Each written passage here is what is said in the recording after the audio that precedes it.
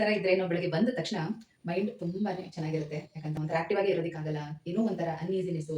ನಾನು ಈ ಕಪ್ಪಲ್ಲಿ 1 ಕಪ್ ಆಗಷ್ಟು ಕಡಲೆಬೇಳೆ ತಗೊಂಡಿದ್ದೀನಿ. ನೀನು ಹಂಗೆಲ್ಲ ಆಡ್ಬೇಡ.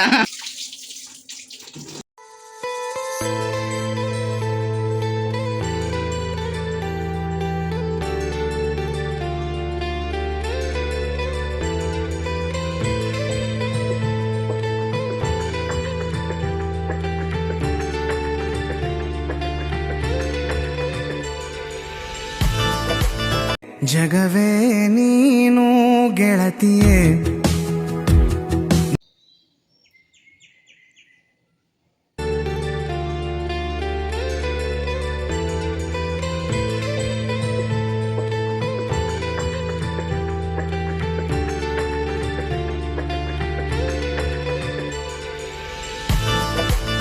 ಎಲ್ರಿಗೂ ನಮಸ್ಕಾರ. ಗೆಳತಿ ದಿನಚರಿಗೆ ನಿಮ್ಮೆಲ್ಲರಿಗೂ ಸ್ವಾಗತ.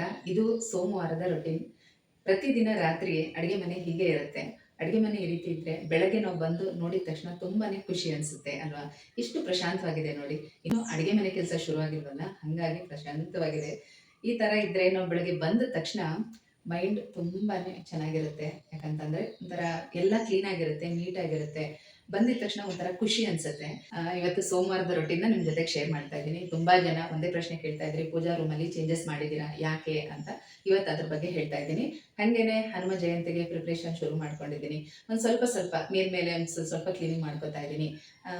ಕೆಲ್ಸದ ಜೊತೆಗೆ ಇದು ಪ್ರತಿದಿನ ನನ್ನ ರೊಟೀನ್ ಇದ್ದೇ ಇರುತ್ತೆ. ಇನ್ನೇನು ಹುಣ್ಣಿಮೆನೂ ಹತ್ರದಲ್ಲೇ ಇದೆಯಲ್ಲ, ಹಾಗಾಗಿ ಹೂವು ಎಲ್ಲ ತಂದ್ಕೊಟ್ಟಿದ್ದಾರೆ. ಈಗ ಇದನ್ನ ಒಂದ್ ಸ್ವಲ್ಪ ಕಟ್ಟಿ ಎತ್ತಿಡಬೇಕು. ಮತ್ತೆ ಎಷ್ಟು ಬೇಕು ಅಷ್ಟು ಮಾತ್ರ ಕಟ್ತೀನಿ. ಕಳಿಸೋಕ್ಕೆ ದಿಂಡು ಥರ ಪೋಣ್ಸೋಣ ಅಂತ ಅಂದ್ಕೊಂಡಿದ್ದೀನಿ.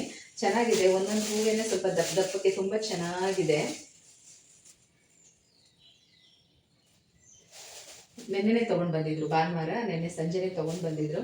ರೋಸು ಮತ್ತು ಸೇವಂತಿಯವರು ತೊಗೊಂಡು ಬಂದಿದ್ದಾರೆ. ರೋಸ್ ಏನೋ ಅಷ್ಟು ಇಷ್ಟ ಆಗಲಿಲ್ಲ ನನಗೆ, ತುಂಬ ಸಣ್ಣ ಇದೆ. ಇದನ್ನ ಒಂದೊಂದು ಹೂ ಬಿಟ್ಟರು ಕೂಡ ಕಾಣಿಸೋದಿಲ್ಲ. ಇದ್ರ ಜೊತೆಗೆ ಹಾಕಿ ಸ್ವಲ್ಪ ಕಟ್ಬಿಡ್ತೇನೆ. ಫೋಟೋಗೆ ಮತ್ತು ಹೊರಗಡೆ ನೇಮ್ ಬೋರ್ಡ್ಗೆಲ್ಲ ಹಾಕೋದಕ್ಕಾಗುತ್ತೆ, ಮತ್ತು ಬಾಗಿಲಿಗೆಲ್ಲ ಹಾಕೋದಕ್ಕಾಗುತ್ತೆ.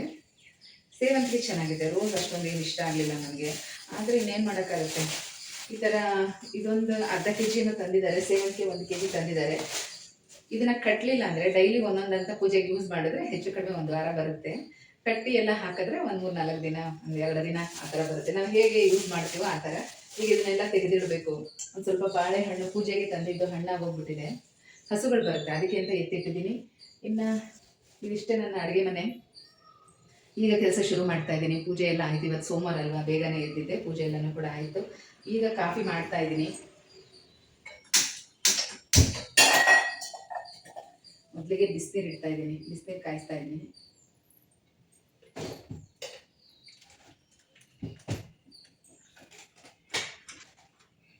ಟಿಫನ್ ಅಡುಗೆ ಎಲ್ಲ ತುಂಬ ಬೇಗ ಮಾಡಬೇಕು ಅಂತೇನಿಲ್ಲ. ಯಾಕಂದರೆ ತುಂಬ ಬೇಗ ಕೆಲ್ಸಕ್ಕೆ ಹೋಗುವಂಥವ್ರು ಯಾರೂ ಇಲ್ಲ. ಹಸ್ಬೆಂಡ್ಗೆ ಏನಾದರೂ ಫೋನ್ಗಳು ಬಂದರೆ ಮಾತ್ರ ಅವ್ರು ಹೋಗ್ತಾರೆ. ಒಂದಿನ ಮೊದಲೇ ಹೇಳ್ಬಿಡ್ತಾರೆ, ಬೇಗ ಹೊರಡ್ತೀನಿ ಅಂದರೆ ಬೇಗ ಮಾಡಿರ್ತೀನಿ, ಇಲ್ಲಾಂದರೆ ಆರಾಮಾಗಿ ಮಾಡ್ತಾ ಇರ್ತೀನಿ ಅಷ್ಟೇ. ಬೇಗ ಎದ್ದು ಪೂಜೆ ಕೆಲಸ ಮುಗಿಸ್ಕೊಂಡ್ರೆ ಮಿಕ್ಕಿದ ಕೆಲಸ ಎಲ್ಲ ಆರಾಮಾಗಿ ಮಾಡ್ಬೋದು. ಹಾಗೆ ಟಿಫನ್ ಮಾಡ್ತಾ ಮಾಡ್ತಾ ಜೊತೆಗೆ ಅಡುಗೆ ಕೆಲಸನ ಮುಗಿಸ್ಕೊಳ್ಳೋದ್ರಿಂದ 11-11:30 ಅಷ್ಟೊತ್ತಿಗೆ ಕಂಪ್ಲೀಟ್ ಕಿಚನ್ ಕೆಲಸ ಮುಗಿದೋಗ್ಬಿಡುತ್ತೆ.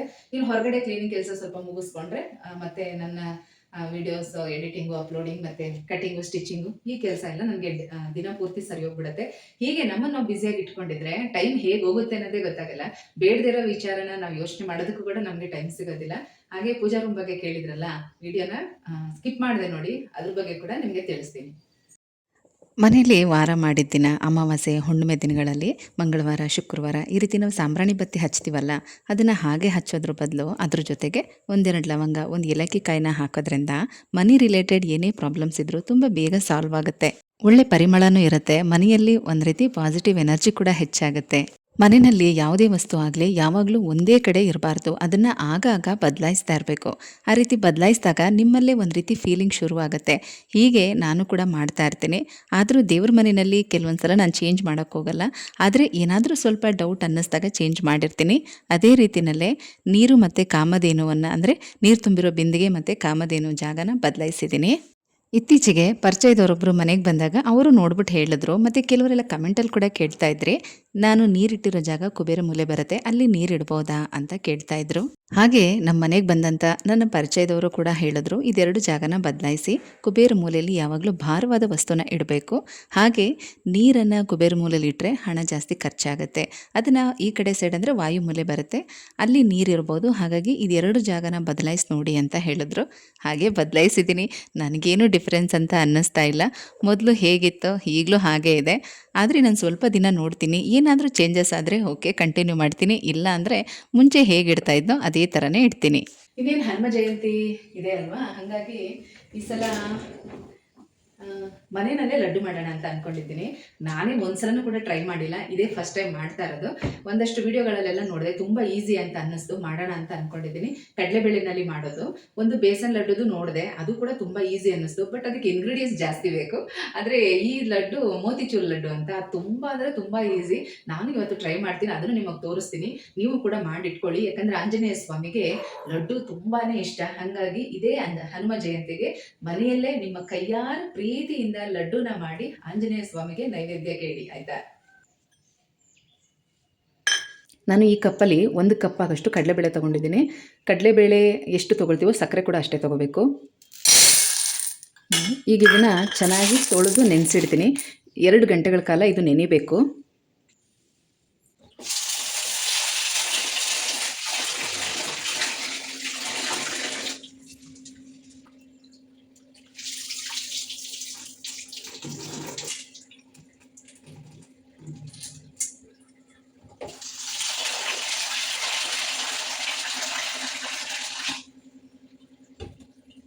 ಈಗ ಇದಕ್ಕೆ ನೀರು ಹಾಕಿ ನೆನೆಸಿಟ್ಟಿದ್ದೀನಿ. ಇದು 2 ಗಂಟೆಗಳ ಕಾಲ ನೆನಿಬೇಕು. ಹಾಗೆ ಲಡ್ಡು ಮಾಡೋದಕ್ಕೆ ಒಂದಷ್ಟು ಡ್ರೈ ಫ್ರೂಟ್ಸ್ ಬೇಕು. ಇದು ಕಲ್ಲಂಗಡಿ ಬೀಜ ಮತ್ತು ಗೋಡಂಬಿಯನ್ನು ಸಣ್ಣ ಸಣ್ಣ ಪೀಸ್ ಮಾಡಿ ಹಾಕ್ಕೊಳ್ತಾ ಇದ್ದೀನಿ. ಹಾಗೆ ಇದ್ರ ಜೊತೆಗೆ ಒಂದಷ್ಟು ಒಣದ್ರಾಕ್ಷಿ ಮತ್ತು ಏಲಕ್ಕಿ ಪುಡಿ, ಇದಿಷ್ಟನ್ನು ರೆಡಿ ಮಾಡಿ ಇಟ್ಕೋಬೇಕು. ಎಷ್ಟು ಬೇಕೋ ಅಷ್ಟನ್ನೆಲ್ಲ ಮಿಕ್ಸ್ ಮಾಡಿ ಒಂದೇ ಬೌಲ್ಗೆ ಹಾಕಿ ಇಟ್ಕೋತಾ ಇದ್ದೀನಿ, ಸಪ್ರೇಟ್ ಏನಿಟ್ಟಿಲ್ಲ. ಹಾಗೆ ಇದ್ರ ಜೊತೆಗೆ ಒಂದು 5-6 ಲವಂಗ ಹಾಕ್ಕೊಂಡು ಒಂದು 3 ಏಲಕ್ಕಿ ಕಾಯಿನ ಕುಟ್ಟಿ ಪುಡಿ ಮಾಡಿ ಇಟ್ಕೊಂಡಿದ್ದೀನಿ.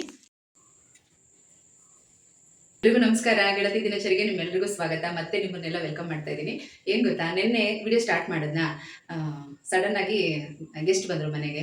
ಹಾಗಾಗಿ ನಾನು ಅಲ್ಲಿಗೆ ಸ್ಟಾಪ್ ಮಾಡಿಬಿಟ್ಟೆ. ನಾನು ವಿಡಿಯೋ ಕಂಟಿನ್ಯೂ ಮಾಡೋದಕ್ಕೆ ಆಗಲಿಲ್ಲ. ಅವರು ಸಂಜೆ 4 ಗಂಟೆ ತನಕ ಇಲ್ಲೇ ಇದ್ದರು. ಮತ್ತು ಇನ್ನೊಂದು ಸ್ವಲ್ಪ ಬೇರೆ ಕೆಲಸ ಇತ್ತು, ಪಕ್ಕದಲ್ಲಿ ಕನ್ಸ್ಟ್ರಕ್ಷನ್ ಆಗ್ತಾ ಇದ್ದಿಲ್ಲ, ಬೇರೆ ಕೆಲಸ ಇತ್ತು.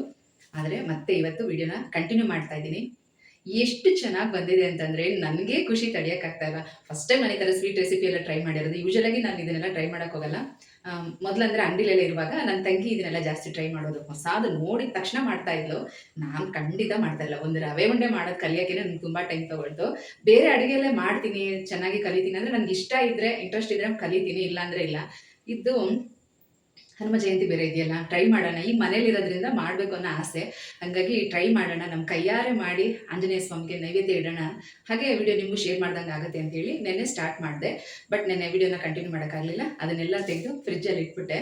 ಮತ್ತೆ ಬೆಳಗ್ಗೆ ಇನ್ನೊಂದು 2 ಸಲ ಚೆನ್ನಾಗಿ ಕಡಲೆಬೇಳೆ ಎಲ್ಲ ತೊಳೆದು ಆ ನೀರೆಲ್ಲ ಸೋದಿಸಿ ಆಮೇಲೆ ಮಾಡಿದೆ. ಎಷ್ಟು ಚೆನ್ನಾಗಿದೆ ಗೊತ್ತಾ, ಪರಿಮಳನೂ ಕೂಡ ತುಂಬ ಚೆನ್ನಾಗಿದೆ, ತುಂಬ ಚೆನ್ನಾಗಿ ಬಂದಿದೆ.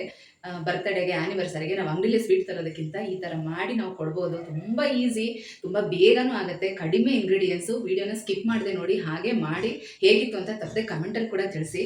ಬನ್ನಿ ಇವಾಗ ಹೇಗೆ ಮಾಡೋದು ಮೋತಿಚೂರ್ ಲಡ್ಡು ಅಂತ ತೋರಿಸ್ತೀನಿ.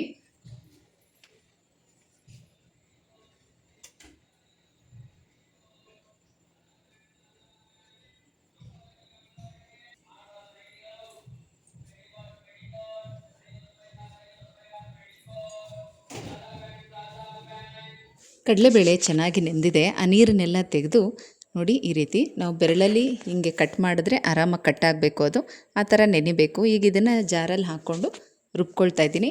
ನಾವು ವಡೆಗೆ ರುಬ್ತೀವಲ್ಲ ಅದೇ ಥರನೇ ರುಬ್ಬಬೇಕು. ತುಂಬ ನುಣ್ಣಗೂ ಆಗಬಾರ್ದು, ಬೇಳೆ ಥರನೂ ಇರಬಾರ್ದು.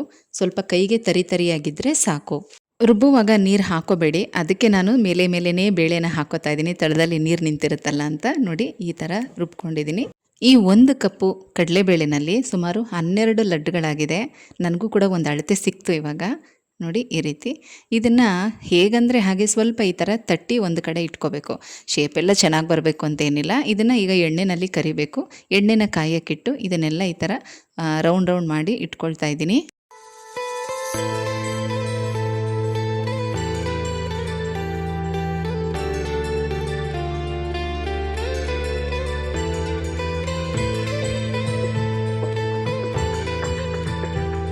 ಎಣ್ಣೆ ಚೆನ್ನಾಗಿ ಕಾಯ್ದಿರಬೇಕು. ಆಮೇಲೆ ಈಗ ಸ್ಟವ್ನ ಸಿಮ್ ಮಾಡಿಕೊಂಡು ನಾವು ತಟ್ಕೊಂಡಿರೋ ಕಡಲೆಬೇಳೆ ಹಿಟ್ಟನ್ನೆಲ್ಲ ಇದರಲ್ಲಿ ಹಾಕಬೇಕು. ಚೆನ್ನಾಗಿ ಕರಿಬೇಕು. ತುಂಬ ಕ್ರಂಚಿಯಾಗಿ ಫ್ರೈ ಆಗಬೇಕು ಅಂತೇನಿಲ್ಲ. ಅದ್ರ ಪರಿಮಳ ಬರುತ್ತೆ, ಕಡಲೆ ಹಿಟ್ಟಿನ ವಾಸನೆ ಬರುತ್ತೆ. ಆಗ ಅದನ್ನು ತೆಗೆದಿಟ್ಕೊಂಡ್ರೆ ಸಾಕು. ಯಾಕಂದರೆ ಹಸಿ ಸ್ಮೆಲ್ ಇರಬಾರ್ದು ಅಂತ ಈ ರೀತಿ ಫ್ರೈ ಮಾಡ್ಕೋಬೇಕು. ಇದನ್ನು ಕಡಲೆ ಹಿಟ್ಟಿಂದ ಕೂಡ ಮಾಡಬಹುದು. ಅದನ್ನು ಇದೇ ಥರನೇ ಸ್ವಲ್ಪ ನೀರು ಹಾಕ್ಕೊಂಡು ಗಟ್ಟಿಯಾಗಿ ಚಪಾತಿ ಹಿಟ್ಟು ಕಲಿಸ್ತೀವಲ್ಲ ಆ ರೀತಿ ಕಲಸಿ ಅದರಲ್ಲೂ ಈ ರೀತಿ ಸಣ್ಣ ಸಣ್ಣದಾಗಿ ವಡೆ ಥರ ಅದನ್ನು ಕೂಡ ತಟ್ಟುಕೊಂಡು ಎಣ್ಣೆಯಲ್ಲಿ ಫ್ರೈ ಮಾಡಿ ಆಮೇಲೆ ಅದನ್ನು ತೆಗೆದು ಮಿಕ್ಸಿ ಜಾರ್ಗೆ ಹಾಕಿ ಪೌಡ್ರ್ ಮಾಡ್ಕೊಂಡು ಇದೇ ಪ್ರೊಸೀಜರೇನೆ ಕಡಲೆಬೇಳೆನಲ್ಲೂ ಮಾಡ್ಬೋದು, ಕಡಲೆ ಹಿಟ್ಟಲ್ಲೂ ಕೂಡ ಮಾಡಬಹುದು. ನನಗೆ ಕಡಲೆಬೇಳೆದು ತುಂಬ ಇಷ್ಟ ಆಯಿತು. ಎರಡಕ್ಕೂ ಏನು ಡಿಫ್ರೆನ್ಸ್ ಆಗುತ್ತೆ ಗೊತ್ತಾ? ಇದು ಮರಳಾಗಿರುತ್ತೆ, ಲಡ್ಡು ಥರನೇ ಸಣ್ಣ ಸಣ್ಣದಾಗಿ ಮಣಿ ಥರ ಇರುತ್ತೆ. ಆದರೆ ಕಡಲೆ ಹಿಟ್ಟಲ್ಲಿ ಮಾಡೋದು ಪೂರ್ತಿ ಅದು ನೈಸಾಗಿರುತ್ತೆ, ಅಷ್ಟೇ ಡಿಫ್ರೆನ್ಸು. ಅಂದರೆ ಬೇಸನ್ ಲಡ್ಡು ಥರ ಟೇಸ್ಟ್ ಬರುತ್ತೆ. ಅದು ತುಂಬಾ ಫ್ರೈ ಮಾಡೋ ಹಾಗಿಲ್ಲ, ವಡೆ ಬೇಯಿಸೋ ಥರ ತುಂಬ ಡೀಪಾಗಿ ಬೇಯಿಸಬೇಕು ಅಂತೇನಿಲ್ಲ, ಜಸ್ಟ್ ಈ ರೀತಿ ಆದರೆ ಸಾಕು. ಈಗ ಇದು ಸ್ವಲ್ಪ ತಣ್ಣಗಾಗೋಷ್ಟರಲ್ಲಿ ಸಕ್ಕರೆ ಪಾಕ ಮಾಡ್ಕೋಬೇಕು. ನಾವು ಯಾವ ಬೌಲಲ್ಲಿ ಕಡಲೆಬೇಳೆ ಹಾಕಿರ್ತೀವೋ ಅದೇ ಬೌಲಲ್ಲೇ ಸಕ್ಕರೆ ಹಾಕಬೇಕು. ನಾನು ಪಾತ್ರೆನ ಕಾಯೋದಕ್ಕೆ ಇಟ್ಬಿಟ್ಟು ಸ್ಟವ್ ಸಿಮ್ ಮಾಡಿದ್ದೀನಿ ಅಂತ ತಿಳ್ಕೊಂಡಿದ್ದೀನಿ. ಬಟ್ ಅದು ಜೋರಾಗೆ ಉರಿತಾ ಇತ್ತು. ಅದಕ್ಕೆ ಸಕ್ಕರೆ ಹಾಕಿದ ತಕ್ಷಣ ಸ್ವಲ್ಪ ಹೊಗೆ ಬಂತು. ಬಟ್ ಏನು ತಳ ಎಲ್ಲ ಹಿಡ್ಕೊಳ್ಳಿಲ್ಲ ಅದು. ಈಗ ಇದಕ್ಕೆ ಫುಡ್ ಕಲರ್ನ ಹಾಕೋತಾ ಇದ್ದೀನಿ. ಬೇಕಿದ್ರೆ ರೆಡ್ ಕಲರು ಹಾಕೋಬೋದು. ನನ್ನ ಹತ್ರ ಇಲ್ಲಿ ಇವತ್ತು ಯೆಲ್ಲೋ ಕಲರ್ ಇತ್ತು, ಕೇಸರಿ ಬಾತ್ ಮಾಡೋದಕ್ಕೆ ಯೆಲ್ಲೋ ಕಲರ್ ಇತ್ತಲ್ಲ ಅದೇ ಕಲರ್ನ ನಾನು ಸ್ವಲ್ಪ ಹಾಕ್ತಾಯಿದ್ದೀನಿ. ಈಗ ಇದಕ್ಕೆ ಏಲಕ್ಕಿ ಪುಡಿ ಮತ್ತು ನಾವೇನು ಡ್ರೈ ಫ್ರೂಟ್ಸ್ ಎಲ್ಲ ಆಗಲೇ ಬೌಲಲ್ಲಿ ಹಾಕಿ ಇಟ್ಕೊಂಡಿದ್ವಲ್ಲ ಅದನ್ನೆಲ್ಲ ಕೂಡ ಇದಕ್ಕೆ ಹಾಕಿ ಮಿಕ್ಸ್ ಮಾಡಬೇಕು. ಒಂದೆಳೆ ಪಾಕ ಬಂದರೆ ಸಾಕು. ಪಾಕ ಇನ್ನೂ ಸ್ವಲ್ಪ ಕುದಿಬೇಕು. ಅಷ್ಟರಲ್ಲಿ ಇದೆಲ್ಲ ತಣ್ಣಗಾಗಿದೆ. ಇದನ್ನು ಮಿಕ್ಸಿ ಜಾರಲ್ಲಿ ಹಾಕ್ಕೊಂಡು ಅದನ್ನು ಪೌಡ್ರ್ ಮಾಡ್ಕೋಬೇಕು. ಯಾವ ರೀತಿ ಮಾಡೋದು ಅಂತ ಕೂಡ ತೋರಿಸ್ತೀನಿ ನೋಡಿ. ಇದನ್ನೆಲ್ಲ ಸಣ್ಣ ಸಣ್ಣ ಪೀಸ್ ಮಾಡಿ ಹಾಕ್ಕೊಂಡು 1-2 ರೌಂಡ್ ತಿರುಗಿಸಿದ್ರೆ ಸಾಕು, ಎಲ್ಲ ಪುಡಿ ಆಗಿಬಿಡುತ್ತೆ. ತುಂಬ ನೈಸ್ ಪೌಡ್ರ್ ಆಗಬೇಕು ಅಂತೇನಿಲ್ಲ ನೋಡಿ, ಇಷ್ಟಾದರೆ ಸಾಕು, ತರಿಯಾಗಿರಬೇಕು. ಇದನ್ನೆಲ್ಲ ಒಂದು ಬೌಲಲ್ಲಿ ಹಾಕ್ಕೊಂಡು ಮತ್ತೆ ಇನ್ನೊಂದು ಸಲ ಪಾಕನ ಚೆಕ್ ಮಾಡಬೇಕು. ಒಂದೆಳೆ ಪಾಕ ಬಂದಿದ್ದರೆ ಈ ನಾವೇನು ಪೌಡ್ರ್ ಮಾಡ್ಕೊಂಡಿದ್ದೀವಲ್ಲ ಈ ಕಡಲೆ ಹಿಟ್ಟನ್ನೆಲ್ಲ ಅದ್ರ ಜೊತೆಗೆ ಸೇರಿಸ್ಕೋಬೇಕು. ಈಗ ಪಾಕ ಬಂದಿದೆ, ಚೆನ್ನಾಗೇ ಬಂದಿದೆ. ಇದನ್ನು 2 ಬೆರಳಲ್ಲಿ ಈ ರೀತಿ ಮುಟ್ಟಿ ನೋಡಬೇಕು. ಆಗ ನೋಡಿ ಒಂದೆಳೆ ಈ ಥರ ಬರುತ್ತೆ. ಹೀಗೆ ಬಂದರೆ ಸಾಕು, ಪಾಕ ಸರಿಯಾಗಿ ಬಂದಿದೆ. ಈಗ ಈ ಪೌಡರ್ನ ಇದ್ರ ಜೊತೆಗೆ ಸೇರಿಸ್ಕೋಬೇಕು. ನೋಡಿ ನೀಟಾಗಿ ಮಿಕ್ಸ್ ಮಾಡ್ಕೋಬೇಕು. ಈ ಟೈಮಲ್ಲಿ ಸ್ಟವ್ನ ಸಿಮ್ಮಲ್ಲಿಟ್ಟರೆ ತುಂಬ ಒಳ್ಳೆಯದು. ಇದೇನು ತಳ ಹಿಡಿಯೋದಿಲ್ಲ, ಆಗಾಗ ಈ ರೀತಿ ಕೈ ಆಡಿಸ್ತಾ ಇರಬೇಕು. ಇಷ್ಟೇ, ಮೋತಿಚೂರ್ ಲಡ್ಡು ರೆಡಿ ಆಯಿತು. ಈಗ ಇದು ಒಂದು ಸ್ವಲ್ಪ ತಣ್ಣಗಾದ್ಮೇಲೆ ಉಂಡೆ ಕಟ್ಕೋಬೋದು. ದ್ರಾಕ್ಷಿ, ಗೋಡಂಬಿ, ಲವಂಗ ಅದನ್ನೆಲ್ಲ ತುಪ್ಪದಲ್ಲೇ ಕೂಡ ಕರೆದು ಹಾಕ್ಬೋದು. ಲಡ್ಡುಗೆ ಸಾಮಾನ್ಯವಾಗಿ ಅದನ್ನೆಲ್ಲ ಹಸಿಯಾಗೇ ಹಾಕ್ತಾರೆ, ಹಾಗಾಗಿ ನಾನು ಕೂಡ ಹಸಿಯಾಗೇ ಹಾಕಿದೆ. ಫ್ಲೇವರ್ಗೋಸ್ಕರ ಮೇಲೆ 2 ಸ್ಪೂನ್ ತುಪ್ಪ ಹಾಕ್ತಾಯಿದ್ದೀನಿ. ಇದನ್ನು ಈಗ ಚೆನ್ನಾಗಿ ಮಿಕ್ಸ್ ಮಾಡಿ ಉಂಡೆ ಕಟ್ಟಬೇಕು. ಪಾಕ ಸರಿಯಾಗಿ ಬಂದಿಲ್ಲ ಅಂದರೆ ಇದು ಉಂಡೆ ಆಗೋದಿಲ್ಲ, ಯಾಕಂದರೆ ಎಲ್ಲ ಪುಡಿಯಾಗಿ ಉದುರೋಗ್ಬಿಡುತ್ತೆ. ನನಗೆ ನಿಜ ಹೇಳ್ತೀನಿ, ಒಂದು ಉಂಡೆ ಕಟ್ಟೋ ತನಕ ನಂಬಿಕೆನೇ ಇರಲಿಲ್ಲ, ಹೇಗೆ ಬರುತ್ತೋ ಏನೋ ಅನ್ಕೋತಾ ಇದೆ. ಈ ಮೊದಲನೇ ಉಂಡೆ ಯಾವಾಗ ಸರಿಯಾಗಿ ಬಂತೋ ತುಂಬ ಖುಷಿ ಆಗೋಯ್ತು. ಮೊದಲನೇ ಸಲ ಟ್ರೈ ಮಾಡಿದ್ದು ಚೆನ್ನಾಗಿ ಬಂದಿದೆ ಅನ್ನಿಸ್ತು. ಇನ್ನು ಟೇಸ್ಟ್ ಹೇಗಿದೆಯೋ ಗೊತ್ತಿಲ್ಲ, ನೋಡೋಣ. ಪವನ್ ಇದ್ದಾನೆ, ಅವನಿಗೆ ತಿನ್ನಕ್ಕೆ ಹೇಳ್ತೀನಿ. ಟೇಸ್ಟ್ ಕೂಡ ಚೆನ್ನಾಗಿದೆ ಅಂದರೆ ಫುಲ್ ಖುಷಿ ಆಗುತ್ತೆ. ಮತ್ತು ಗುರುವಾರ ಆಂಜನೇಯ ಸ್ವಾಮಿಗೆ ಬೇರೆ ಮಾಡಿ ಇಡ್ತೀನಿ. ಯಾಕಂದರೆ ಈಗ ಇದನ್ನು ನಾವೆಲ್ಲರೂ ಕೂಡ ಟೇಸ್ಟ್ ನೋಡ್ಬಿಡ್ತೀವಿ, ರುಚಿ ನೋಡಿರ್ತೀವಲ್ಲ, ನಾವು ತಿಂದ ಮೇಲೆ ದೇವರಿಗೆ ನೈವೇದ್ಯಕ್ಕೆ ಇಡಬಾರ್ದು. ಕೆಲವರೆಲ್ಲ ಹೇಳ್ತಾರೆ ನಾವು ಪೂಜೆಗೆ ಸಪ್ರೇಟಾಗಿ ತೆಗೆದಿಟ್ಟು ಆಮೇಲೆ ತಿನ್ನಬಹುದು ಅಂತ. ನಿಜವಾಗ್ಲೂ ನನಗೆ ಅದು ಇಷ್ಟ ಆಗಲ್ಲ. ಯಾಕೆ ಗೊತ್ತಾ? ದೇವರಿಗೆ ನೈವೇದ್ಯ ಆಗೋದಕ್ಕಿಂತ ಮೊದಲು ನಾವು ತಿಂದ ಮೇಲೆ ಅದನ್ನು ದೇವ್ರಿಗೆ ನೈವೇದ್ಯ ಮಾಡೋಕ್ಕಾಗಲ್ಲ. ಹಾಗಾಗಿ ಈಗ ಹೇಗಿದ್ರೂ ಅಳತೆ ಗೊತ್ತಾಯ್ತಲ್ವ, ಗುರುವಾರ ಒಂದು ಅರ್ಧ ಕಪ್ ಹಾಕಿ ಮಾಡಿಡ್ತೀನಿ, ಅಥವಾ ಬುಧವಾರ ಸಂಜೆ ಆದ್ರೂ ಮಾಡಿಡ್ತೀನಿ.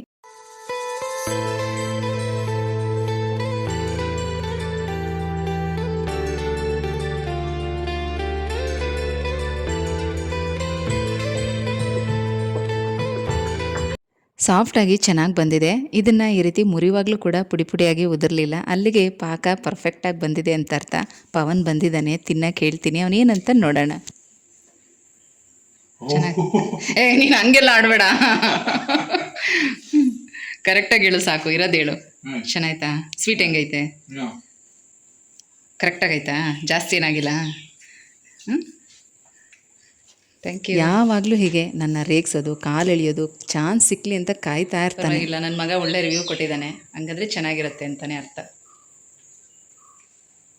ಇನ್ನೊಂದು ತಗೋ,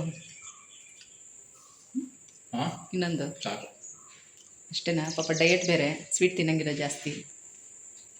ಇವತ್ತಿನ ವಿಡಿಯೋ ನಿಮ್ಗೆಲ್ರಿಗೂ ಕೂಡ ತುಂಬ ಇಷ್ಟ ಆಗಿದೆ ಅಂತ ಅಂದ್ಕೊಂಡಿದ್ದೀನಿ. ನಂದು ಕೆಲಸ ಎಲ್ಲ ಆಲ್ಮೋಸ್ಟ್ ಮುಗೀತು. ಚೂಡಿದಾರ್ ಟಾಪ್ ಒಂದು ಕಟ್ ಮಾಡಿ ಇಟ್ಟಿದ್ದೆ. ನೆನ್ನೆ ಅರ್ಧ ಸ್ಟಿಚ್ ಮಾಡಿದೆ, ಲೈನಿಂಗ್ ಎಲ್ಲ ಅಟ್ಯಾಚ್ ಮಾಡಿಟ್ಟೆ. ಇನ್ನು ಇವತ್ತು ಕಂಪ್ಲೀಟ್ ಮಾಡಬೇಕು. 2 ಟಾಪ್ ಇದೆ, 1 ಬ್ಲೌಸ್ ಇದೆ. ಇವತ್ತಿನ ಟಾರ್ಗೆಟ್ ಅದಷ್ಟು. ಈಗ ಟೈಮ್ ಆಗಿದೆ 2 ಗಂಟೆ. 2 ಗಂಟೆಯಿಂದ 6 ಗಂಟೆ ಗಂಟ ನನ್ನ ಡ್ಯೂಟಿ ಟೈಮ್. ಇದಿಷ್ಟನ್ನು ಮುಗಿಸ್ಬೇಕು. ಇವತ್ತು ವಿಡಿಯೋ ಚೆನ್ನಾಗಿತ್ತು ಅಂತ ಅಂದ್ಕೊಂಡಿದ್ದೀನಿ. ಈ ವಿಡಿಯೋ ಹೇಗಿತ್ತು ಅಂತ ತಪ್ಪದೆ ಕಮೆಂಟಲ್ಲಿ ತಿಳಿಸಿ, ಆಯಿತಾ?